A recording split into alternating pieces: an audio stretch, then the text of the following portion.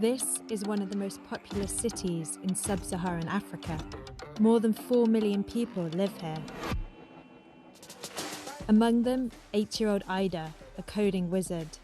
Emabet Tesfaye, the manager of a big flower farm. And Asifa Mengesha, a pioneer in Ethiopia's solar power industry. All three illustrate how Africa's fortunes might change in the coming decades. The continent faces many challenges, including the recent spread of COVID-19, but in the long term, there is reason to be optimistic. By the end of this century, Africa is set to play a much bigger role in world affairs. The Asian growth miracle is likely to slow. Africa's rapid rise could be next.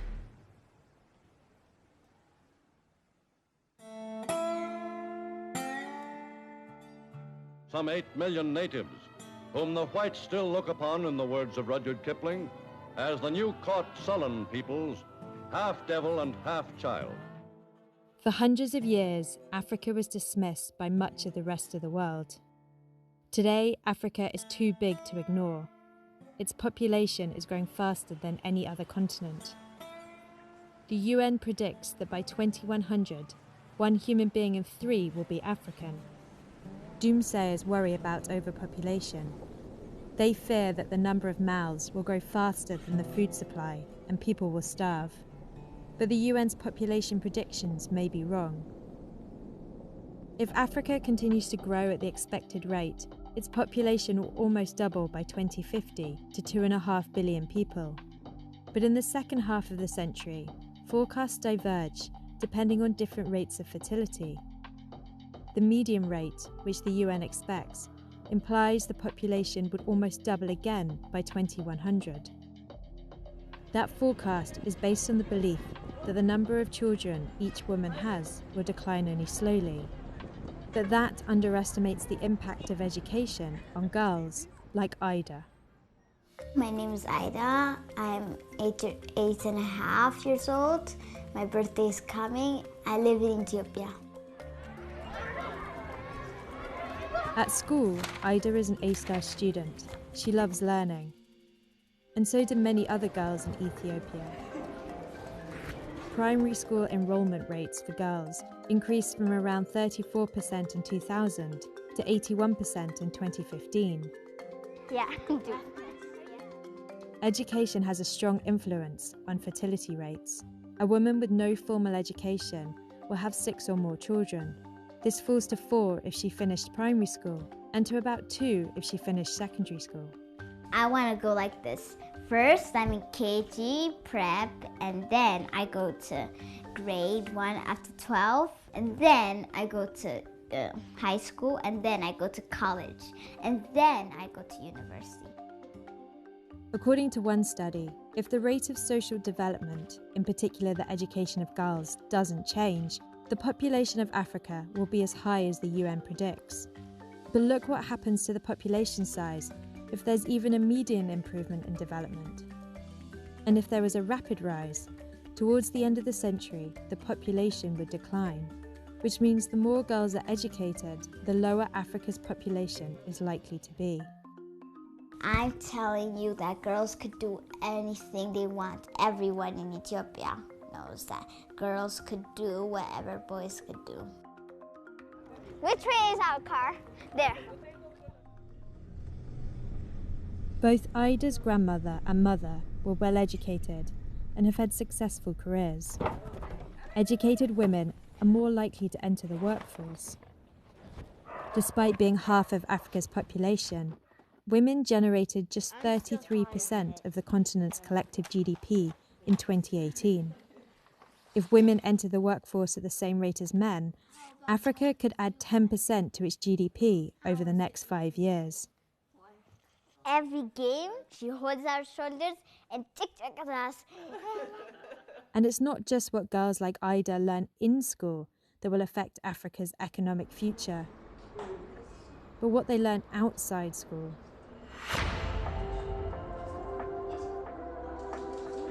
Ida is learning to code. How many sides? 6. Okay, so that's My brother wanted to code at first. He told our mom, can we go to coding school? And then she said, okay, I'll sign it up.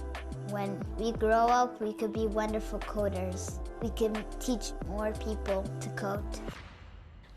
ግን ስሜ ቤተልሔም ደሴ ይባላል። I cook anyone can code እናንተ የምትማሩበት ፕሮጀክት ማናጀር ነኝ። Ida's coding school was set up by Bettelhem Desi, who, like Ida, started coding at a very young age. On my 9th birthday, I asked my father for some money and he wouldn't give it to me. We made a deal that if I made any money on the computer that we had, I'd be able to use it to celebrate my birthday. I would pitch my services, which were basically editing their videos, installing some apps on their phones. I made about $90 that day. So I figured, okay, this is what I need to do. So that's when I first started coding. እና ደግሞ ስክራች አሁን ገና ስክራች እየተማረ Bettelhem is just 20 years old, but already has a clear vision for the future of Ethiopia's tech scene. Artificial intelligence, blockchain, and a lot of other things are happening around the world. This also will happen to us eventually. So we need to be ready more than ever. This generation needs to learn how to be smarter than the machines they're using, but also have the skills to really be in the job market in the next 5 to 10 years. Not everyone can code, however. To prosper, Africa needs to create all kinds of jobs.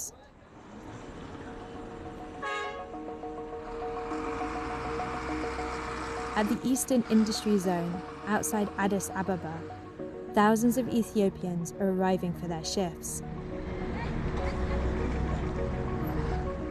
The manufacturing park was built by a Chinese firm to house factories making textiles and shoes.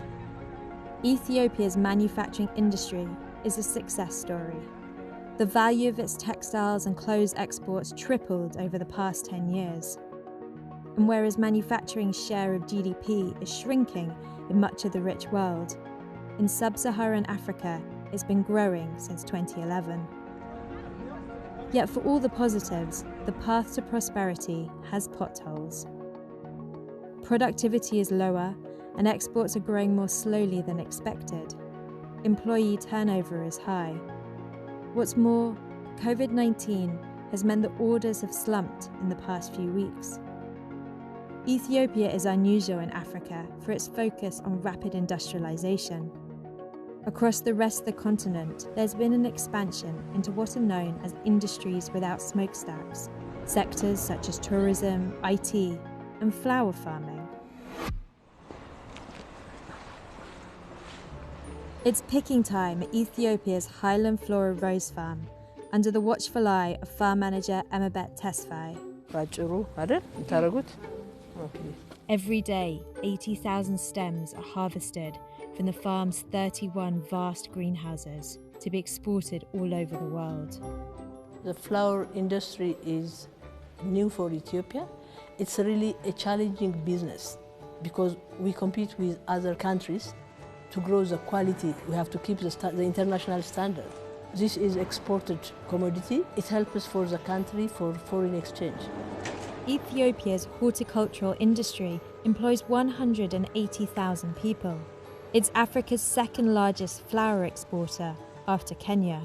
Emabet's farm employs almost 500 local workers.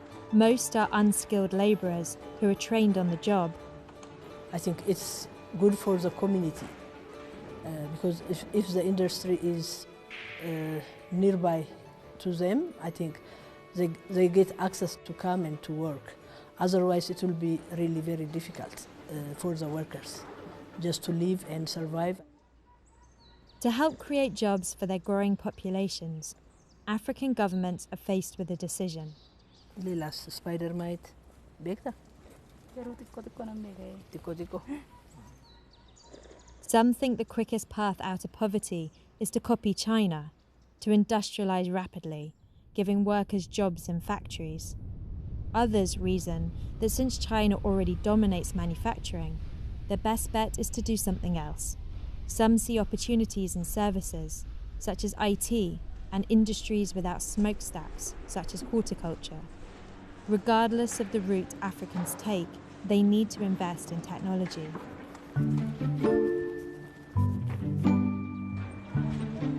Emabet's farm is run by a computerized system.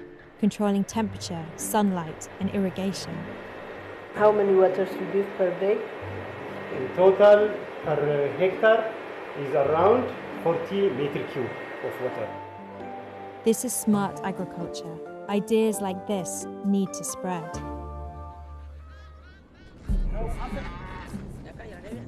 More than half of Africans make their living from farming.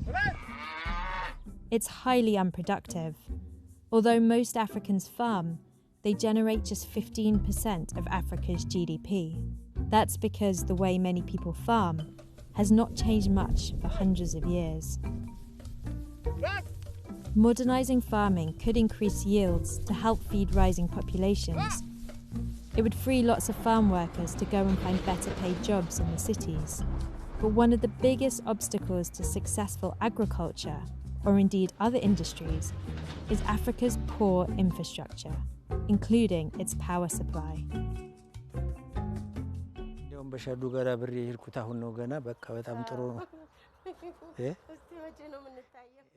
In a compound outside Addis Ababa, Bashadu is showing off her public shower. ሁለተኛ ይሄን ሁሉ ጊዜ እንትን ይልልሻል ምን ታረጋለሽ ወዲህ ትወስጂና ከዛ እንደገና መልሰሽ ደግሞ ወደዛ ትወስጂዋለሽ Ethiopia, like many African countries, is beset by chronic electricity shortages.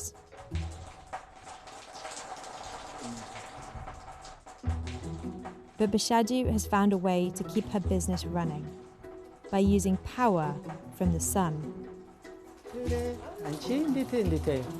It's too hot, you know?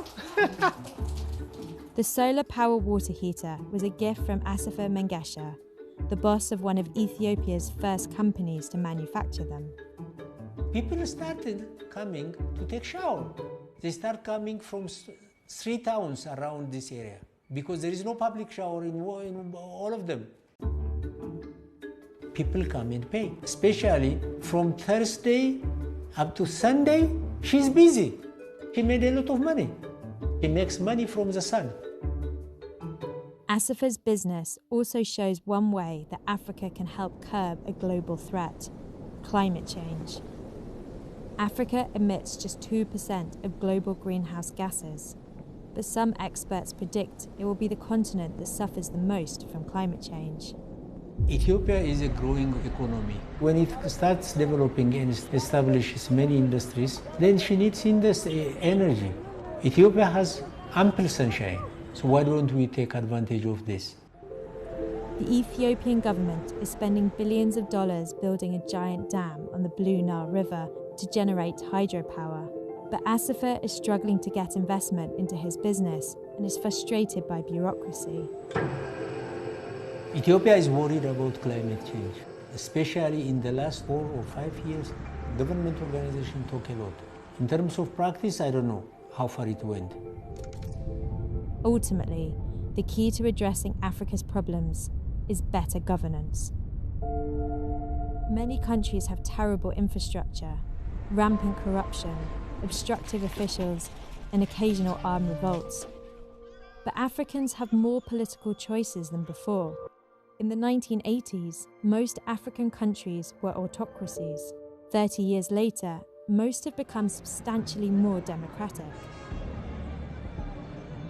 In 2018, Abiy Ahmed became Prime Minister of Ethiopia.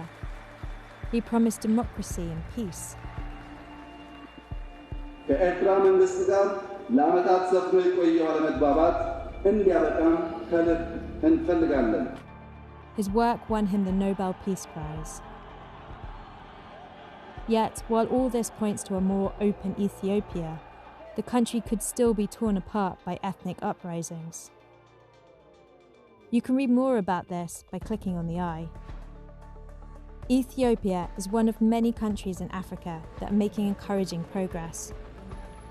In the short term, the continent may be severely damaged by COVID-19, but in the long term, there are good reasons to be optimistic. More girls are going to school, economies are growing, and countries are adapting to climate change. But to match China's economic success, Africa can't just copy China. It needs more competent and accountable governments that provide basic services, uphold the rule of law, and educate their growing populations. If it does, the next century could yet be Africa's century. You can read more of The Economist's reporting on Africa by clicking on the link opposite. That will take you to the special report on Africa's future, as well as our ongoing coverage on Africa and COVID-19. Don't forget to like and subscribe to our channel, and thanks so much for watching.